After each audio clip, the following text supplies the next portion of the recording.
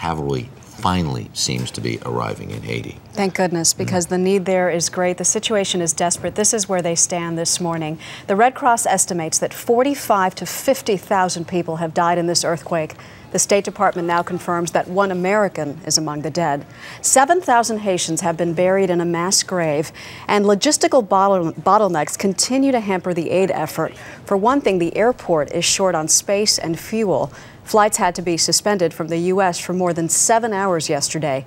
In the meantime, there is growing lawlessness reported, including gangs of men with weapons. The UN Food Agency says that its warehouse has been looted, and most of Haiti's national police nowhere to be seen. But the first of an estimated 10,000 U.S. troops, thankfully, have finally arrived. For many of the survivors, time is running out. Bodies are piling up, literally piling up in the streets. There is little food or water, and many people say they won't make it much longer if they don't get help. Early Show national correspondent Jeff Glor is in Haiti's capital, Port-au-Prince, with more. Jeff, good morning. Harry, good morning to you. You talk about that cavalry. From our vantage point, that cavalry has not arrived yet. The scene here, the situation here can only be described as a tragedy. One thing we're watching is these tent cities going up with all these homeless people, tens of thousands of them with nowhere else to go. They're moving in there because they can't live in their homes. They can't stay in their homes. They're worried they may collapse. And the conditions in some of these tent cities, less than ideal, unsanitary. There is no official housing. Spoke to a woman yesterday, one of the most poignant stories I saw here, whose leg was injured. She couldn't move.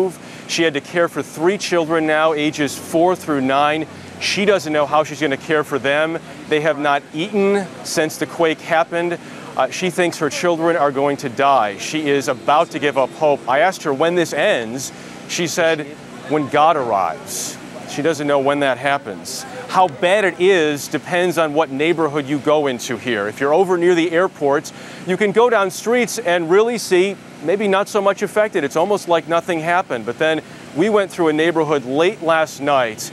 No one should ever have to see this. There were bodies and bodies piled in the streets in sometimes very undignified manners. They need to figure out some way to fix this, to get rid of some of these people. It is just an awful situation. That and a variety of other factors now contributing more and more to what can only be described as this awful stench that is in the air. A lot of people walking around with rags or masks covering their face. And that situation, Harry, is only expected to get worse. I think we need to emphasize, Jeff, that there really is no food. There are no stores. There is not a truck driving through the street handing out meals ready to eat. There is nothing to eat. There's nothing to eat, and there is not much help in terms of services or police or fire or anybody else. I said yesterday I could count on one hand the number of police vehicles I've seen. That remains to this day.